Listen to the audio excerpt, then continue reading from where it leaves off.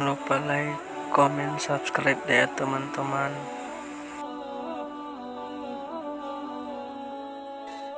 Hadirin yang dirahmati Allah Subhanahu wa taala. Semua keadaan yang terjadi di dunia ini Allah Subhanahu wa taala yang menciptakan.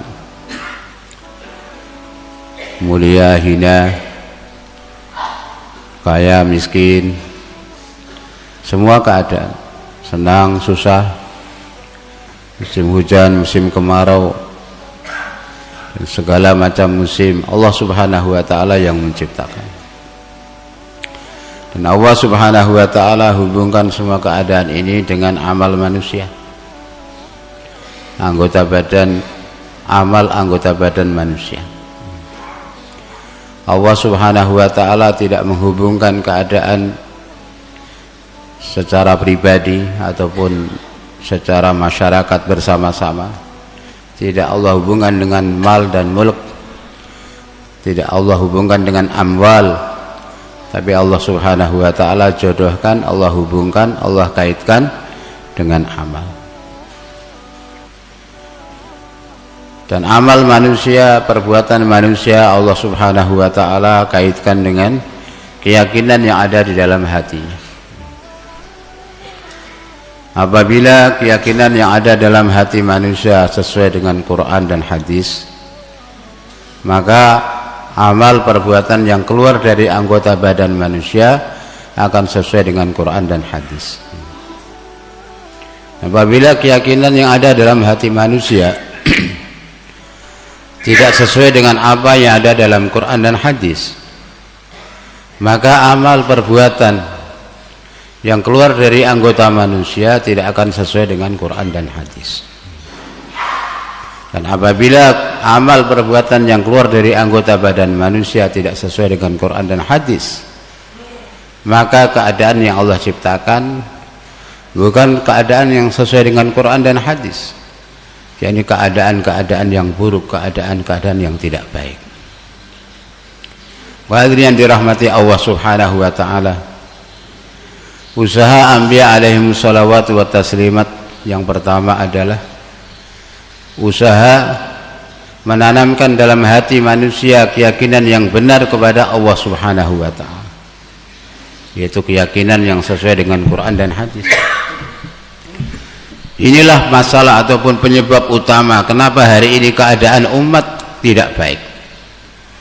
Keadaan manusia pada umumnya tidak baik, keadaan manusia pada umumnya rusak.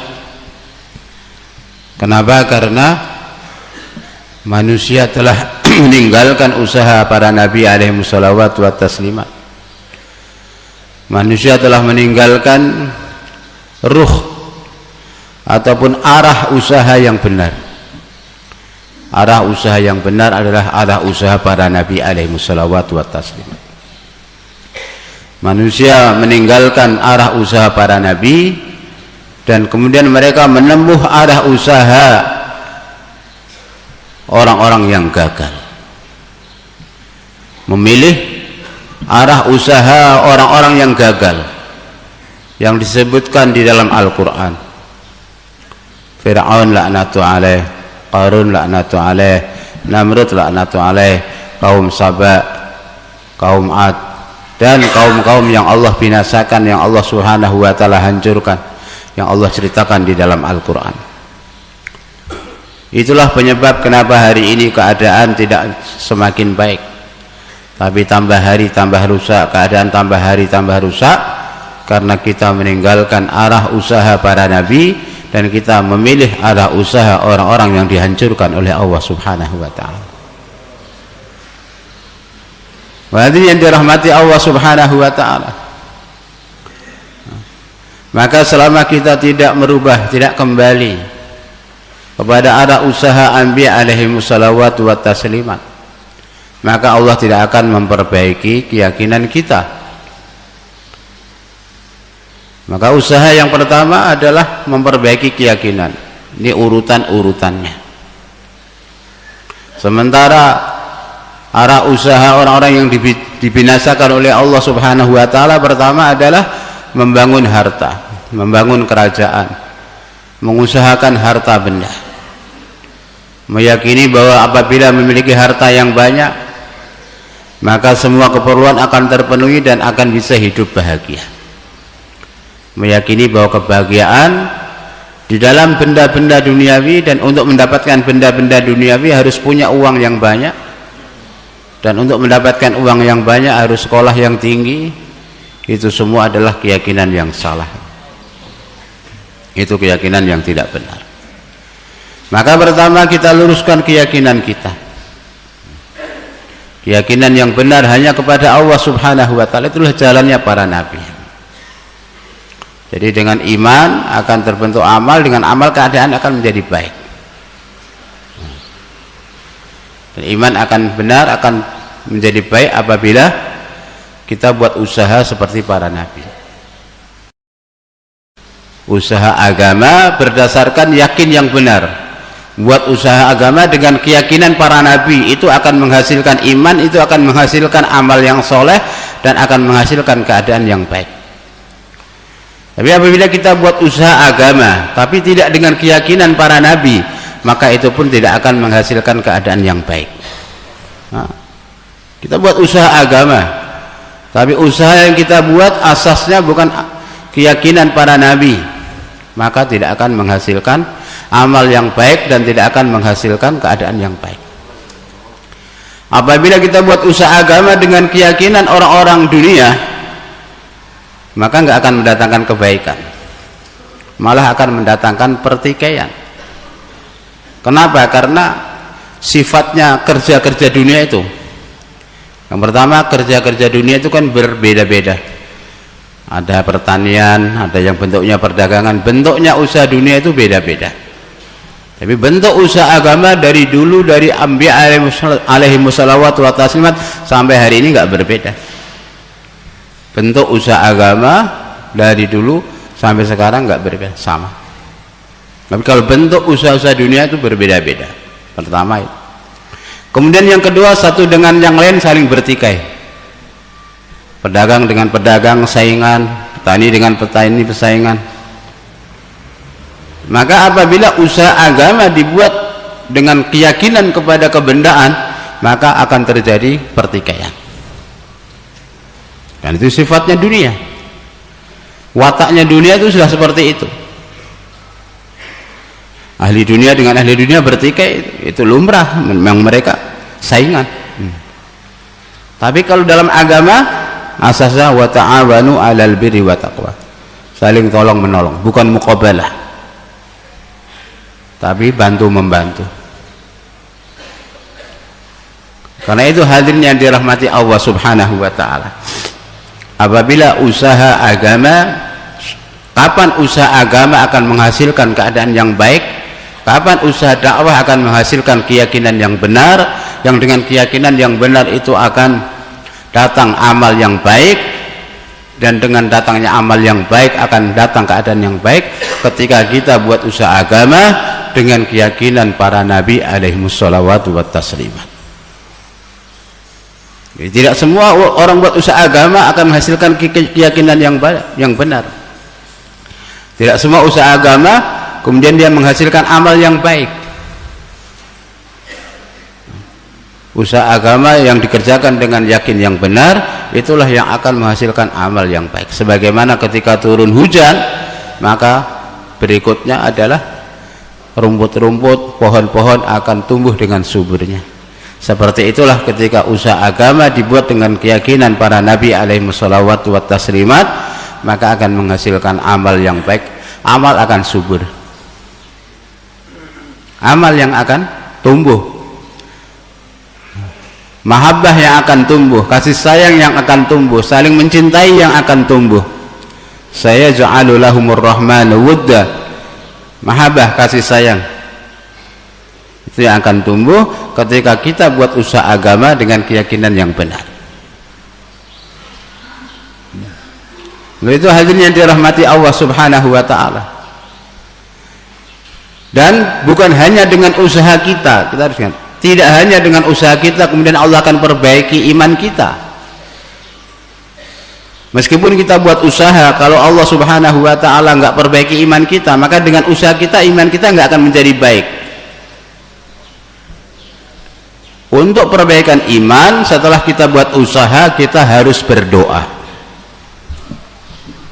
Setelah kita buat usaha dakwah, maka langkah berikutnya adalah berdoa. Karena yang bisa memperbaiki iman hanya Allah. Kita harus ingat, kita makhluk, usaha kita juga makhluk. Makhluk nggak bisa mendatangkan apa-apa. Maka sangat-sangat penting setelah kita buat usaha dakwah, kita doa, merengek-rengek, nangis kepada Allah Subhanahu wa ta'ala agar Allah memperbaiki keyakinan kita. Jangan hanya mengandalkan usaha kita, bahwa saya sudah keluar 4 bulan, saya sudah keluar 6 bulan, saya sudah keluar setahun, Allah pasti akan perbaiki iman kita. Belum. Iman akan terbentuk bukan semata-mata karena usaha kita. Memang Allah menghubungkan hidayah dengan usaha, dengan mujahadah, tapi tidak semata-mata dengan hanya mujahadah kemudian Allah akan perbaiki iman kita akan menjadi baik. Tidak, harus berdoa, karena zat yang maha berbuat Allah Subhanahu wa ta'ala, yang memberi hidayah Allah Subhanahu wa ta'ala, yang membangun, yang memperbaiki keyakinan kita juga Allah Subhanahu wa ta'ala. Maka setelah kita usaha agama, setelah kita usaha atas hidayah, usaha atas perbaikan iman, kita berdoa memohon kepada Allah Subhanahu wa ta'ala. Apa itu iman yang benar? Yakin yang benar bahwa langit, bumi, matahari, bulan, bintang tidak bisa memberikan apa-apa, semua datang dari Allah Subhanahu wa ta'ala. Dan untuk mendapatkan faedah dari Allah, kita harus keluarkan dari hati kita keyakinan kepada amwal, masukkan dalam hati kita keyakinan kepada amal. Itulah usaha yang benar, itulah yakin yang benar. Yakin yang benar bahwa makhluk tidak bisa memberikan apa-apa, semua datang hanya dari Allah Subhanahu wa ta'ala. Lah untuk mengambil faedah dari Allah Subhanahu wa ta'ala, maka syaratnya kita keluarkan dari hati kita keyakinan kepada kaun, kepada alam semesta, masukkan dalam hati kita keyakinan hanya kepada amal, bahwa dengan amal yang dicontohkan Nabi SAW, itulah Allah Subhanahu wa ta'ala akan perbaiki keadaan kita, Allah akan berikan kepada kita faedah. Ini keyakinan yang benar. Hadirin yang dirahmati Allah Subhanahu wa ta'ala, maka sumber kerusakan keadaan karena kita telah meninggalkan usaha para nabi alaihi wassalatu wa taslimat. Kita telah bergeser dari jalur yang dulu ditempuh para nabi, para rasul, dan kita berjalan di atas jalan orang-orang yang dimurkai oleh Allah, orang-orang yang telah dihancurkan oleh Allah Subhanahu wa ta'ala. Hadirin dirahmati Allah Subhanahu wa ta'ala, ini yang harus kita pelajari, yang harus kita pahami. Dan usaha para nabi, usaha agama itu pun harus kita kerjakan dengan keyakinan para nabi. Dan apa itu keyakinan anbiya alaihi wassalatu wa taslimat? Keyakinan anbiya alaihi wassalatu wa taslimat, ya iman mufassal itu.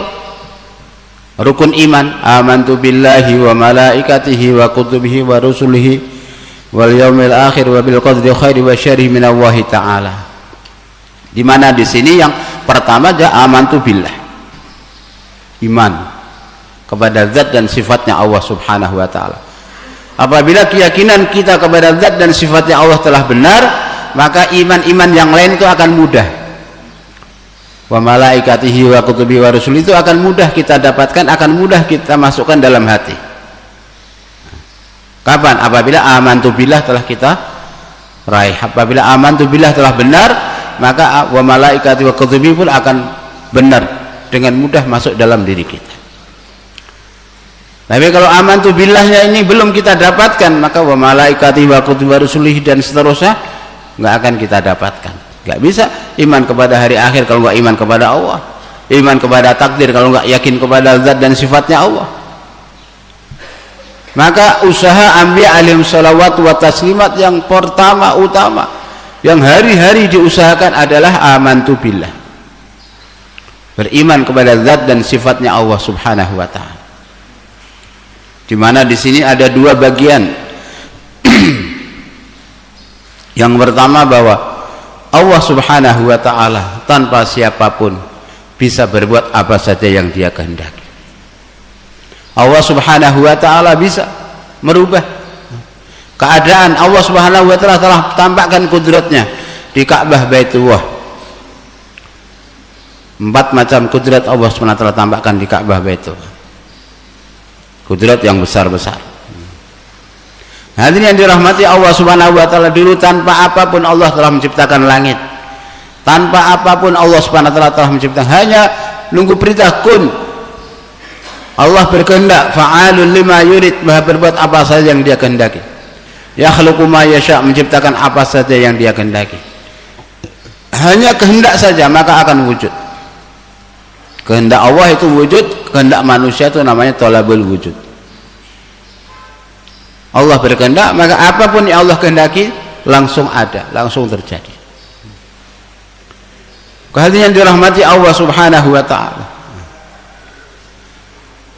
Sebagaimana Allah Subhanahu wa taala menciptakan bumi yang tadinya hanya air, kemudian Allah Subhanahu wa taala ciptakan daratan, Allah ciptakan tanah. Dari tempat yang sekarang di atasnya dibangun Ka'bah Baitullah, itu pertama kali tanah di situ. Kemudian Allah sebarkan ke seluruh penjuru bumi, di atas permukaan bumi. Hadirin yang dirahmati Allah Subhanahu wa taala. Allah Subhanahu wa taala bisa dengan kudratnya tanpa siapapun. Roket-roket, bom-bom yang diarahkan kepada kita, Allah Subhanahu wa taala hanya dengan perintah kehendaknya langsung Allah lumpuhkan. Enggak bisa berbuat apa-apa. Yang tadinya alat asbab kehancuran, Allah Subhanahu wa taala jadikan asbab pembangunan. Bagi Allah Subhanahu wa taala enggak ada yang susah, enggak ada yang sulit. Yang pertama, meyakini bahwa Allah Subhanahu wa taala tanpa siapapun, tanpa bantuan dari makhluknya, bisa berbuat apa saja yang Dia kehendaki, kapan saja, di mana saja. Baru layak dikatakan bahwa innallaha ala kulli syai'in qadir, sungguhnya Allah Maha berkuasa atas segala sesuatu. Bila bisa berbuat apa saja, kapan saja, di mana saja, dalam keadaan apa saja, dan bagaimana saja, dengan cara apa saja. Itulah zat yang dikatakan innahu ala kulli syai'in qadir, bahwa Allah berkuasa atas segala sesuatu. Ini bagian yang pertama yang harus kita usahakan dalam dakwah kita hari-hari. Intiqali maqami adalah untuk mendapatkan keyakinan bahwa Allah Subhanahu wa taala tanpa siapapun dari makhluknya. Maksud istimak kita, jur kita, malam sabguzari kita, bayan, jaulah 1, jaulah 2, UMM, dan seluruh amal-amal dakwah ini kita kerjakan, kita buat untuk mendatangkan keyakinan bahwa Allah Subhanahu wa taala tanpa siapapun bisa berbuat apa saja, di mana saja, kapan saja, bagaimana saja. Allah Subhanahu wa taala bisa berbuat. Ini keyakinan pertama. Usaha hari-hari bicara iman, hari-hari bicara kebesaran Allah, keagungan Allah, dan bertafakur, muraqabah.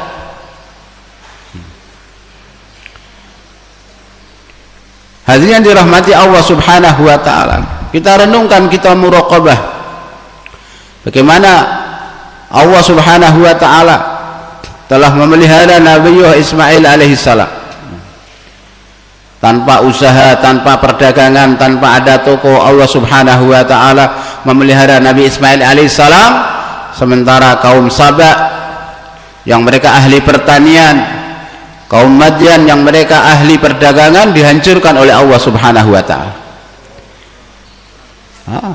Yang menguasai pasar-pasar dunia dihancurkan oleh Allah. Yang menguasai kebun-kebun, sawah-sawah, kemajuan mereka dihancurkan oleh Allah. Sementara Nabi Ismail alaihissalam dan ibundanya Sayyidah Hajirah dipelihara oleh Allah Subhanahu wa taala tanpa punya toko, tanpa punya sawah. Allah tampakkan kudratnya.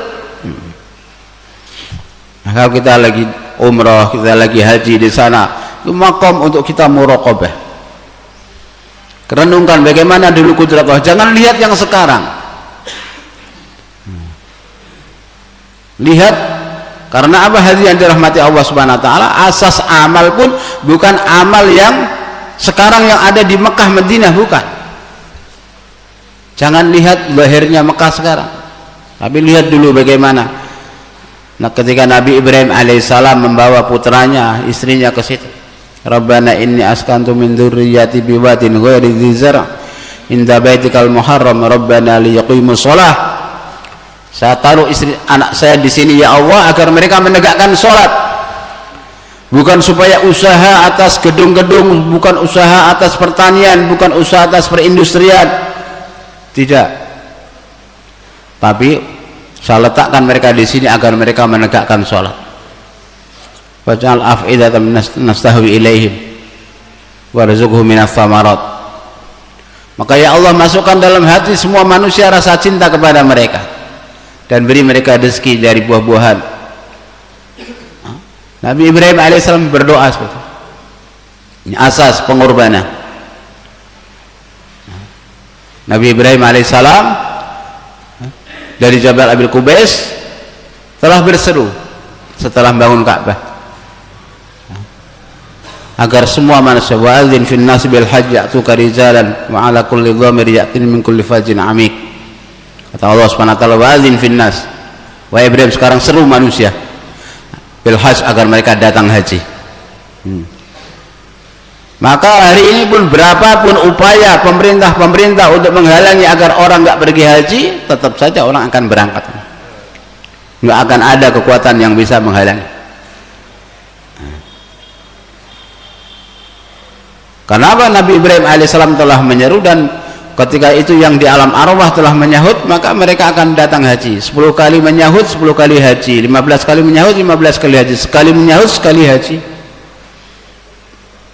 Allah datangkan. Meskipun usaha, berbagai macam usaha agar orang-orang nggak bisa pergi haji, tetap orang pergi haji. Harus nunggu 20 tahun pun dijalani. Antrian berapa sekarang? 35 tahun pun di jalan agar orang bisa pergi haji. Nah, Nabi Ibrahim AS telah berdoa. Nabi Musa AS telah usaha memperbaiki keyakinan Bani Israel. Maka keyakinannya telah terbentuk. Allah selamatkan Bani Israel, sementara Fir'aun dan bala tentaranya tidak mau merubah keyakinan, maka Allah hancurkan mereka. Allah Subhanahu wa taala binasakan mereka. Iman. Hadirin yang dirahmati Allah Subhanahu wa taala. Ini bagian yang pertama daripada la ilaha illallah, meyakini bahwa Allah Subhanahu wa taala tanpa siapapun, tanpa apapun bisa memelihara, Allah bisa menjaga, Allah Subhanahu wa taala bisa menghidupi hambanya. Allah tunjukkan Nabi Ismail alaihissalam dan Sayyidah Hajar di situ. Tidak ditinggali apa-apa. Dibuatkan rumah-rumahan oleh Nabi Ibrahim AS. Rumah-rumahan, bukan rumah beneran. Gubuk saja. Nabi Ibrahim AS tinggal di situ sehari, 2 hari, 3 hari. Enggak ada riwayat yang pasti, tapi beberapa saat ditemani dulu. Dibuatkan, kalau di situ enggak ada apa-apa, adanya kayu-kayu keringnya dibuatin, gubuk-gubukan, yang penting bisa berteduh. Dan lalu ditinggalkan, dipasrahkan kepada Allah. Hadirin yang dirahmati Allah Subhanahu wa taala. Maka Ka'bah Baitullah itu dibangun atas tauhidnya Nabi Ibrahim alaihissalam. Itu semua tauhid. Dari ditinggalkan, tidak ada asbab kehidupan, lalu Allah Subhanahu wa taala keluarkan Zamzam lima syuriba lahu. Kemudian kabilah Jurhum datang, mereka tinggal di situ. Hadirin yang dirahmati Allah Subhanahu wa taala. Namun dengan berjalannya waktu, kesyirikan mulai ada di sekitar Ka'bah Baitullah. Jika tidak, Ka'bah Baitullah dibangun atas tauhid Ibrahim alaihissalam, atas asas fondasi dasar iman, dasar tauhid. Dengan berjalannya waktu, orang mulai berbuat syirik di sana, berbuat kesyirikan, menyekutukan Allah Subhanahu wa taala, membuat patung-patung. Tapi Allah Subhanahu wa taala berkehendak ingin mewujudkan, menyebarkan tauhid lagi dari Ka'bah Baitullah, dari Mekah Mukarramah. Hadirin yang dirahmati Allah Subhanahu wa taala, seperti itulah. Maka Maulana Yusuf rahmatullah pernah mengatakan, kalian jangan bangga, kalian jangan sombong, kalian jangan bangga dengan suasana agama yang sedikit ada di tempat kalian, karena kesyirikan, angin kesyirikan itu selalu berhembus dari mana tauhid adanya. Ka'bah Baitullah dibangun atas dasar tauhid, tapi dari Ka'bah, dari Mekah Mukarramah lah terhembus angin kesyirikan ke seluruh dunia. Ketika orang-orang yang ada di sekitar situ mulai berubah keyakinannya, yakinnya tidak lagi kepada Allah Subhanahu wa taala tapi kepada asbab, sehingga mereka membuat patung, mereka membuat berhala. Kemudian dari sana tersebar ke seluruh dunia, orang-orang pun membuat berhala. Tapi Nabi Ibrahim alaihissalam telah berdoa, wab'ats fihim rasulan minhum, ya Allah, utuslah dari kalangan mereka seorang nabi, seorang rasul. Dan doa Nabi Ibrahim alaihissalam telah Allah terima, dan Allah berkehendak ingin menghilangkan kesyirikan, kekufuran kembali dari bumi Mekah Mukarramah. Dan bagaimana dari situ Allah Subhanahu wa taala sebarkan iman tauhid ke seluruh dunia. Maka diutuslah yang mulia baginda Nabi besar Muhammad sallallahu alaihi wasallam. Dengan diutusnya Rasulullah pun di sini menunjukkan kudrat Allah yang besar. Bagaimana beliau seorang nabi ketika lahir sudah dalam keadaan yatim, tidak diberi harta oleh Allah, tidak diberi kerjaan oleh Allah, ingin menghidupkan tauhid di seluruh dunia tanpa asbab. Kakeknya beliau pun juga punya anak 11-12, yang mana dulu tradisi di Arab orang-orang akan mengambil anak-anak orang-orang Mekah dibawa ke kampung-kampung untuk disusui, tapi satu orang pun anaknya Abdul Muthalib nggak ada yang ngambil karena miskin. Rasulullah SAW saja diambil oleh Sayyidah Halimah Sa'diyah, dibawa. Begitu diambil maka Allah berikan keberkahan kepada keluarga Halimah Sa'diyah. Hadirin dirahmati Allah Subhanahu wa taala, dalam kondisi seperti itu Rasulullah SAW mendakwahkan tauhid ke seluruh alam.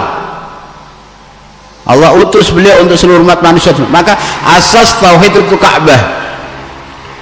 Kalau kita ke sana kemudian kita memperhatikan, merenungkan, muraqabah bagaimana Allah telah tampakkan kudratnya di sana, maka akan masuk iman dalam hati kita, tauhid ke dalam hati kita. Hadirin yang dirahmati Allah SWT. Tapi Allah Subhanahu wa taala tidak menjalankan usaha menyebarkan tauhid dari Mekah, tapi justru dari Madinah. Apa hikmahnya? Supaya tidak ada yang berkata, beralasan, kami kan nggak punya Ka'bah. Maka Allah perintahkan Rasulnya hijrah dari Mekah ke Madinah. Untuk apa? Untuk menunjukkan, mengajari kepada semua manusia bahwa memang markas kudrat Allah itu Ka'bah. Tapi untuk bisa mendapatkan kudrat Allah tidak harus punya Ka'bah. Maka Rasulullah diperintah oleh Allah hijrah ke Madinah. Ketika Rasulullah tetap menghidupkan amalan Ka'bah di Madinah Munawwarah, membangun masjid, kemudian menghidupkan amal-amal yang telah dicontohkan oleh baginda Nabi Ibrahim alaihissalam di sana, maka Allah Subhanahu wa taala pun sebarkan agama, sebarkan tauhid ke seluruh alam dari Madinah Munawwarah. Maknanya apa? Wahai umatku, dimanapun kalian berada, di mahallah masing-masing, di maqami masing-masing, di masjid masing-masing, kalian menghidupkan amal dakwah, maka kudrat Allah yang Allah Subhanahu wa taala turunkan, Allah tampakkan di Ka'bah Baitullah, Allah Subhanahu wa taala juga akan sertakan kudrat itu bersama kalian. Itu maknanya. 4 kudrat kan? Kudrat tahlik, kudrat tarbiyah Nabi, kemudian kudrat hifadzah, dan kudrat yang Allah tampakkan melalui baginda Nabi sallallahu alaihi wasallam. Kudrat hifadzah yaitu ketika Abrahah dan bala tentaranya mau menghancurkan Ka'bah. Padahal sebelum, ketika mereka sudah sampai di perbatasan mau memasuki tanah haram, maka Allah Subhanahu wa taala, salah satu gajah yang terbesar Mahmud maka itu dibisiki, itu rumah Allah, di situ ada kudrat Allah, jangan kau maju. Maka gajah itu enggak mau jalan. Yang lain berjalan tapi dia enggak mau jalan. Harusnya Abrahah juga dia berhenti, diingatkan seperti itu, tapi dia enggak, tetap maju. Maka Allah hancurkan, Allah kirim burung ababil untuk menghancurkan. Seperti itu juga hadirin yang dirahmati Allah SWT hari ini. Apabila manusia mereka maju, sudah begitu maju dalam sains teknologi, mereka rame-rame ingin menghancurkan Ka'bah, maka nggak akan bisa menghancurkan. Jangankan hanya Amerika, jangankan hanya Rusia, jangankan hanya orang-orang Barat, orang-orang yang punya nuklir itu atom, Dajjal sekalipun nggak bisa masuk ke Mekah. Dajjal sekalipun nggak akan bisa masuk, nggak akan bisa menghancurkan Ka'bah. Paling dia di luar batas haram. Dajjal akan menghentakkan kakinya 3 kali, kemudian orang-orang yang di dalam hatinya ada kemunafikan akan terlempar dari dalam Mekah Mukarramah, akan terlempar dari dalam Madinah Munawwarah, akan terlempar keluar. Yang tersisa di situ adalah orang-orang yang beriman. Yang tersisa di dalamnya orang-orang yang imannya benar. Itu saja. Ini Dajjal nggak bisa masuk. Dajjal aja nggak bisa masuk, maka Amerika, Rusia, nuklir nggak akan bisa menghancurkan Ka'bah Baitullah. Itu kudrat yang Allah SWT sertakan di mana. Tapi kapan kudrat itu Allah sertakan bersama kita, dimanapun kita berada, di maqami manapun kita berada, di sana kita hidupkan amal Masjidil Haram, maka di sana Allah akan sertakan kudratnya bersama kita. Itu hikmah. Maka Nabi SAW disuruh oleh Allah, diperintah oleh Allah hijrah, tinggalkan Mekah ke Madinah. Di Madinah Rasulullah telah menghidupkan amal bersama sahabat, maka kudrat Allah selalu bersama sahabat. Kemanapun sahabat pergi, selalu ditolong oleh Allah Subhanahu wa Ta'ala. Itu untuk tarbiyah, untuk pelajaran bagi kita. Dimanapun kita berada, dimanapun kita makomi, dimanapun kita sedang intikoli ataupun makomi, asal kita hidupkan amal masjid, UMM, bawa manusia ke dalam masjid. Karena masjid ini adalah markas rahmat, masjid ini markasnya hidayah, masjid ini markas rahmat. Sebagaimana untuk memenuhi keperluan-keperluan manusia, manusia membuat markas. Untuk memenuhi pakaian, maka mereka membuat pabrik kain, kemudian dari kain mereka membuat pabrik baju. Untuk keperluan gula mereka membuat pabrik gula, untuk keperluan sepatu membuat pabrik sepatu, untuk keperluan kendaraan membuat pabrik kendaraan. Masjid ini maudhu'nya apa? Ini sebagai markas rahmat, markas hidayah, agar orang-orang dapat rahmat Allah, agar orang-orang dapat hidayah, agar orang-orang dapat maghfirah, bawa manusia ke rumah Allah, maka dia kembali dengan membawa rahmat Allah Subhanahu wa Ta'ala. Paling tidak dia akan diampuni oleh Allah Subhanahu wa Ta'ala. Karena ini masjid rumah Allah, masjid rumah Allah, maka siapapun yang datang ke rumah Allah pasti akan dijamu oleh Allah, dan jamuannya dia akan kembali membawa rahmat Allah dan akan diampuni dosa-dosanya oleh Allah Subhanahu wa Ta'ala. Inilah usaha yang dibuat oleh baginda Rasulullah SAW di Madinah Munawwarah, menghubungkan setiap umat dengan masjid, menjadikan setiap umat ahli masjid, sehingga setiap umat menjadi tetamunya Allah Subhanahu wa Ta'ala. Dan dengan amal dakwah, amal nubuwah, amal hidayah ini, maka kudrat Allah yang Allah Subhanahu wa Ta'ala telah tampakkan di Ka'bah Baitullah, Allah Subhanahu wa Ta'ala tampakkan juga kepada kita. Allah akan sertakan bersama kita. Ini amal dakwah. Ini bukan amal sembarangan, bukan amal sepele. Maka setiap kita, orang lama, orang baru, penanggung jawab, makmur, semua hendaknya menyibukkan diri kita di dalam amal masjid. Sesibuk apapun takaza kita, takaza dakwah, pontang-panting lari ke sana kemari, tapi kita hendaknya menyempurnakan amal masjid, amal dakwah, amal yang dibuat Nabi dan sahabat, yaitu memakmurkan. Ketika sampai di Madinah, beliau bangun masjid dan menghubungkan setiap orang Islam dengan masjid. sehingga setiap sahabat mereka menjadi ahli masjid, dan para wanitanya menghidupkan amal-amal dakwah di rumah mereka, menghidupkan amal dakwah di rumah mereka, menjadikan setiap rumah sebagai cabang masjid. Maka kudrat Allah pun bersama sahabat, dimanapun para sahabat pergi, Allah subhanahu wa ta'ala selalu bersama mereka. Itu namanya faisalai kudrat. Sebagaimana dalam dakwah 4 fase, 4 tahapan. Yang pertama adalah wujudud dakwah, yang kedua adalah fatratut tarbiyah, yang ketiga izharun nusrah, yang keempat faisalai kudrat. Ini 4 fase dakwah yang dibuat Nabi sallallahu alaihi wasallam. Yang pertama dan seluruh nabi, wujudud dakwah, wujudnya amal dakwah. Dan kita sekarang hari ini melihat di seluruh dunia kita ini sedang masih fase pertama ini, sedang mewujudkan dakwah, sedang membangun gedung dakwah, sedang membangun pabrik dakwah. Belum jadi, belum jalan pabriknya, masih pembangunan, zaire takmir, masih dalam pembangunan. Maulana Ilyas rahmatullah mengatakan, kapan usaha dakwah ataupun pabrik dakwah itu berjalan?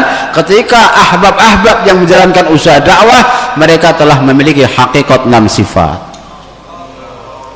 Bila hakikat 6 sifat itu sudah wujud dalam para pekerja dakwah, baru dakwah, kerja dakwah itu berjalan. Dan apabila para pekerja dakwah telah memiliki hakikat 6 sifat, maka ketika itulah seluruh pekerja dakwah mereka menjadi amlah-amlahnya. Waktu baginda Rasulullah Shallallahu Alaihi Wasallam wafat, maka beliau telah menyiapkan 124.000 amlah. Maka beliau enggak khawatir, memang beliau dihantar untuk seluruh umat manusia di seluruh alam hingga hari kiamat. Maka untuk itu beliau telah menyiapkan menjelang wafatnya 124.000 sahabat dan sahabiah yang mereka semua adalah amlahnya baginda Nabi Sallallahu Alaihi Wasallam. Yang mereka semua adalah amlahnya Rasulullah Sallallahu Alaihi Wasallam. Maka siapa itu amlah? Apa itu amlah? Para pekerja dakwah, ahbab-ahbab yang fikirnya, risaunya, perasaan tanggung jawabnya sama persis seperti fikir, risau dan perasaan tanggung jawab yang ada dalam diri Rasulullah Shallallahu Alaihi Wasallam. Sebagaimana Rasulullah kafatan linnas rahmatan lil alamin, setiap sahabat pun merasa bahwa dirinya dihantar oleh Allah Subhanahu Wa Taala untuk seluruh umat manusia di seluruh alam hingga hari kiamat. Sebagaimana baginda Rasulullah Shallallahu Alaihi Wasallam daimul fikr mutawasilul ahzan, seperti itulah setiap individu sahabat, mereka daimul fikir mutawasilul ahzan, senantiasa tenggelam dalam fikir risau bagaimana agama bisa sampai kepada setiap umat manusia. Sebagaimana Rasulullah Shallallahu Alaihi Wasallam dan Sayyidina Ibrahim alaihissalam telah mengorbankan, meninggalkan keluarganya.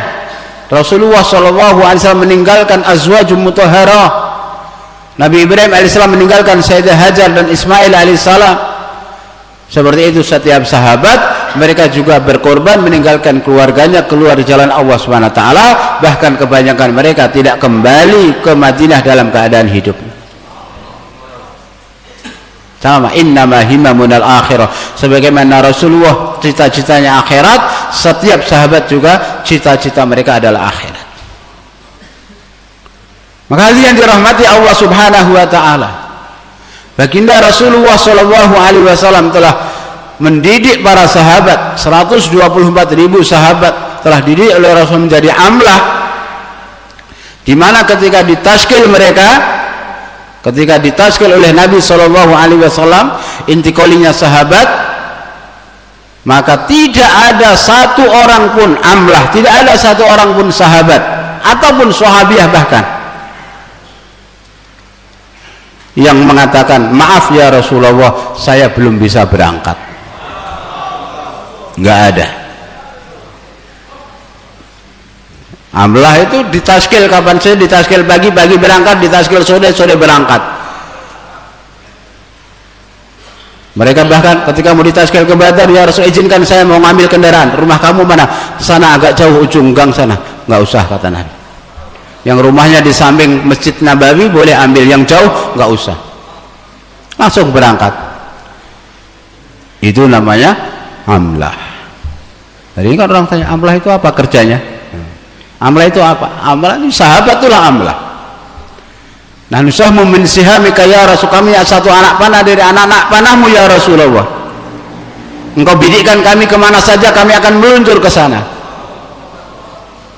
Saat itu juga tidak ada satu keadaan pun yang menghalangi sahabat untuk khuruj fi sabilillah. Kapan saja ditazkir untuk khuruj, mereka siap berangkat.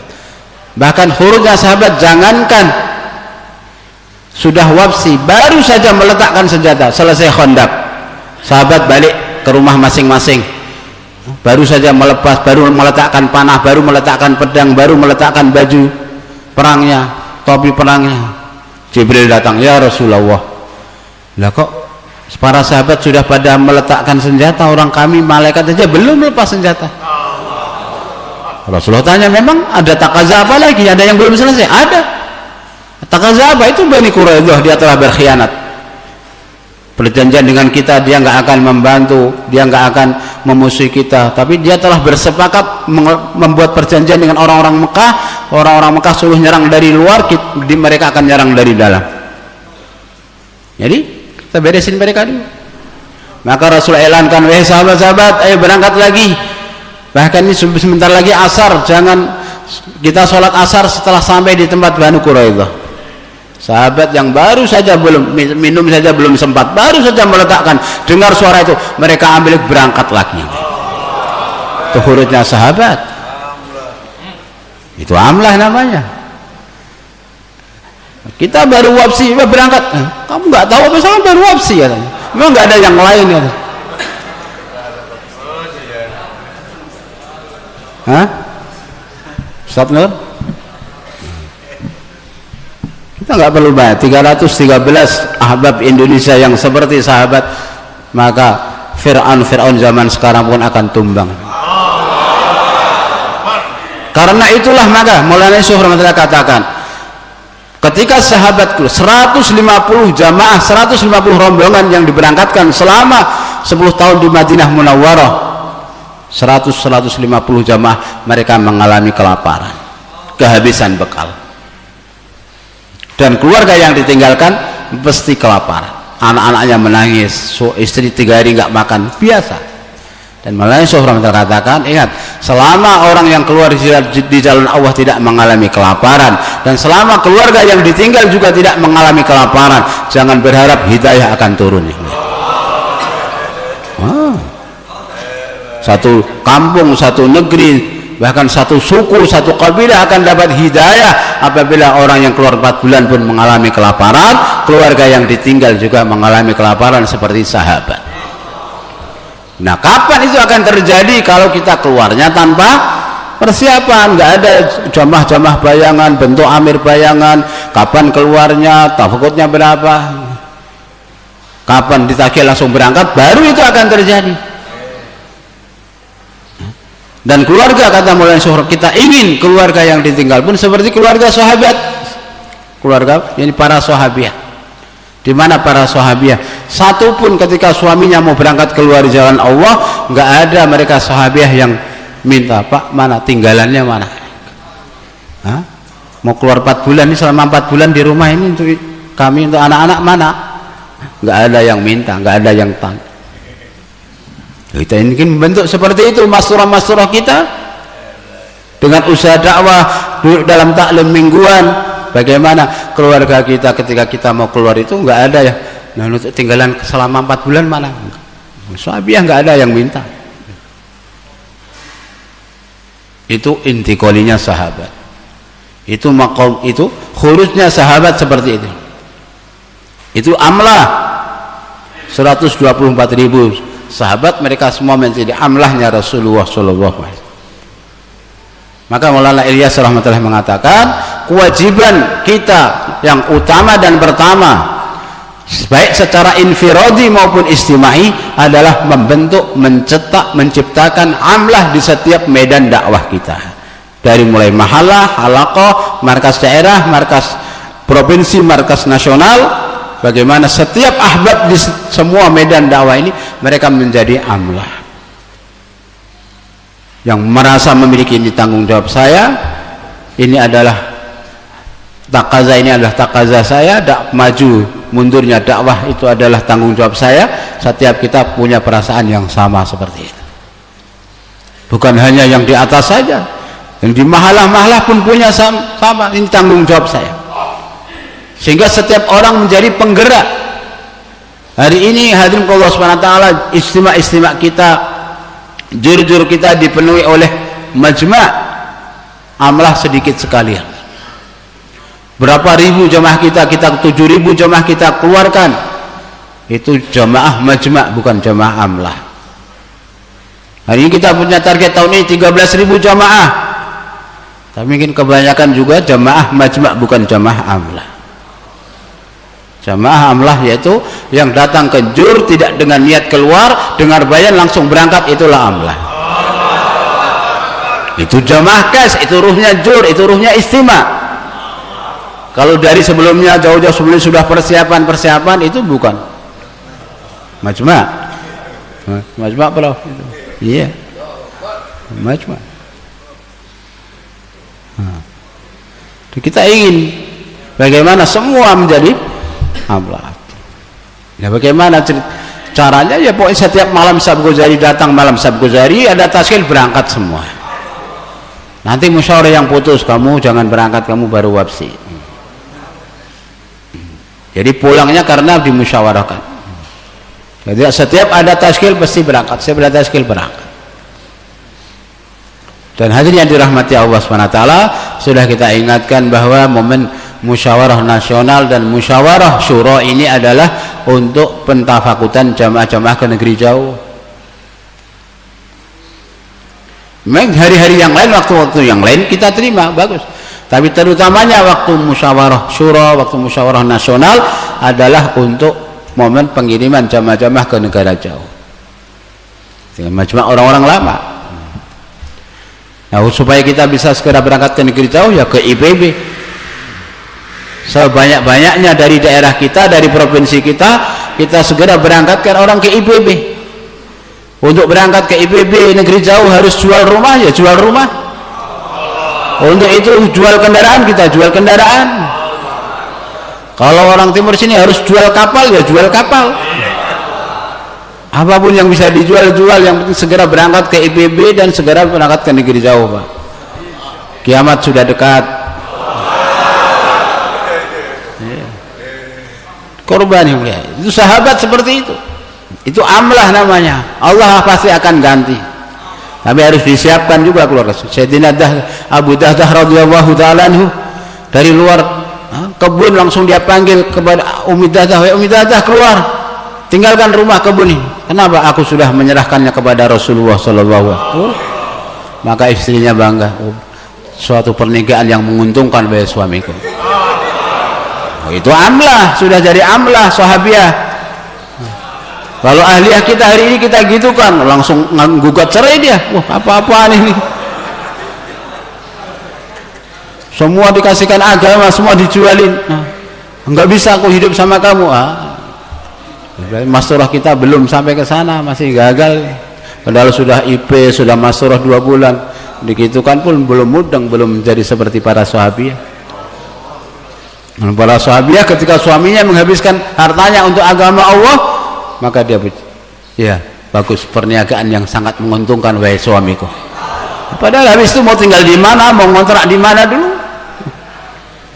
Tinggal dari rumah pribadi, dari kebun juga yang luas, ditinggalkan semua, serahkan kepada Allah dan Rasulnya, kemudian tinggal di rumah kontrakan. Itu kata istrinya perniagaan yang menguntungkan. Ridho, langsung keluar, dia tinggalkan, nggak banyak protes. Masalah kita hari ini kita gitu kan, langsung gugat cerai dia. Wah, nggak bisa kayak begini, apa-apa ini agama macam apa ini katanya. Karena kita belum menyiapkan taklim kita, taklim mahalah mingguan belum ada ruhnya, semua keluarnya juga keluar-keluaran. Maka kita ingin mulia, bukan hanya rijalnya, masurahnya juga kita siapkan bagaimana mereka menjadi amlah. Surat-surat kita bagaimana mereka menjadi amlah. Hadirin yang dirahmati Allah Subhanahu wa taala, ridha yang siap dengan setiap pengorbanan. Ini maka Maulana Ilyas rahmatullah katakan tanggung jawab kita. Bagaimana khurujnya kita mirip dengan khurujnya sahabat, maqami kita juga mirip dengan maqaminya sahabat. Hadirin yang dirahmati Allah Subhanahu wa taala. Ini yang dikehendaki Masyayikh Maulana rahmatullah sejak dulu, sebelum tahun 65 beliau bayan seperti ini, dan ini yang dikehendaki Masyayikh seperti itu. Bahkan dari zaman Maulana Ilyas rahmatullah bahkan setiap ahbab jadi amlah. Karena tanpa itu kereta dakwah nggak akan jalan. Kereta dakwah akan jalan apabila ada yang mau korban jadi relnya. Besi-besi rel itu korban, dia diinjak-injak baru kereta dakwah jalan. Kalau nggak ada yang mau jadi rel, gimana kereta mau jalan?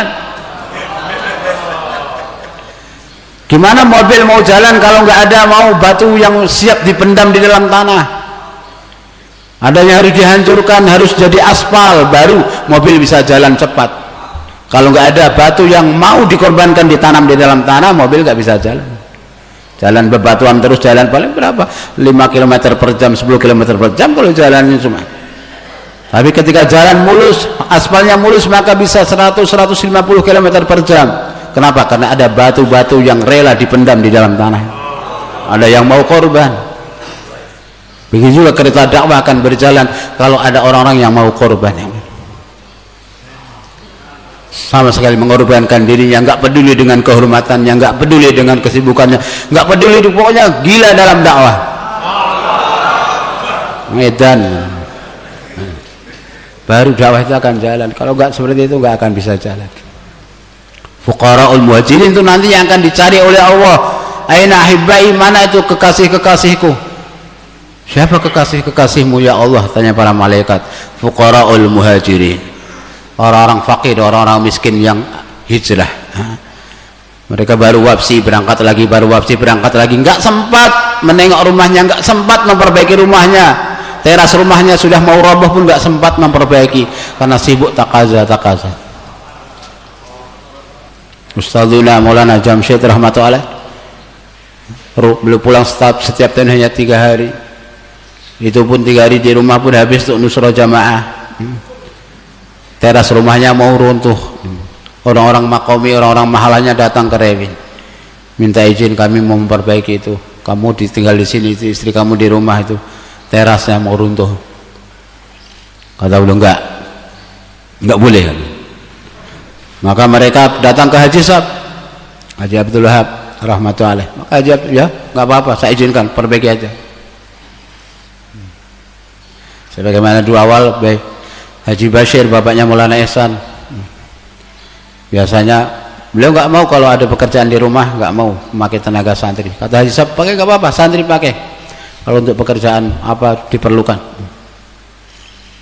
Maka Haji Sab ngasih izin orang-orang mahalahnya di Tandul Layar, di Sin, Hyderabad, di kampungnya sana. Maka diperbaiki. Ketika beliau pulang ke rumah, lihat loh terasnya kok bagus, teras rumahnya bagus. Maka beliau menangis. Beliau mengatakan, apa nanti jawaban Jamsyid di hadapan Allah bahwa Jamsyid punya rumah di dunia yang terasnya bagus? Tidak mau punya teras bagus. Kita sibuk memberi. Kenapa? Karena habis waktu. Fuqaraul muhajirin baru wabsi berangkat lagi, wabsi mau takaza nusrah jamaah, wabsi takaza mau jamaah ikhtiar, persiapan jul qudama, nggak ada waktu ngurus rumah, nggak ada waktu ngurus kebun. Mereka yang di hari kiamat akan dicari oleh Allah. Aina ahibbai, mana itu kekasih-kekasihku? Siapa kekasihmu ya Allah? Fuqaraul muhajirin. Maka fuqaraul muhajirin mereka bangkit. Allah perintahkan, masuk kamu duluan ke surga. Mulai enggak dia masuk, dihadang sama malaikat penjaga surga. Malaikat itu, berhenti, mau kemana kalian? Hisab ini lagi semua orang lagi sibuk dihisab, kok kalian? Nah, apa yang mau dihisab katanya? Rumah nggak punya, kendaraan nggak punya, baju nggak punya, apa yang mau dihisab? Habis untuk agama. Maka Allah Subhanahu wa taala berfirman, wahai malaikatku, benar apa yang dikatakan hamba-hambaku. biarkan mereka masuk dalam jannah dulu. Oh, gitu ya Allah ya, mereka masuk dalam jannah 500 tahun lebih dulu daripada orang-orang kaya. Maka setelah itu baru yang lain akan dihisab. Asyadun nasi balaan al-umara, kata Nabi sallallahu asyadun nasi azaban, asyadun nasi azaban al-umara. Dan nanti yang paling keras siksaannya adalah para penguasa, para pejabat, para pemimpin.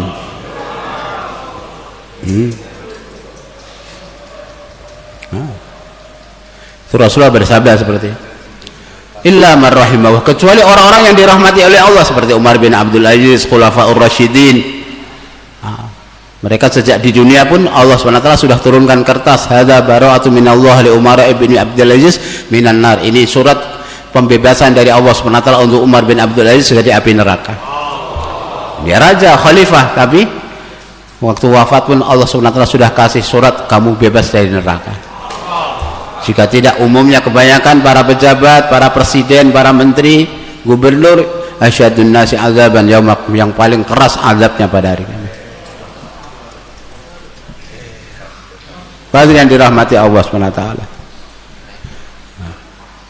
Nanti yang dicari fuqaraul muhajirin.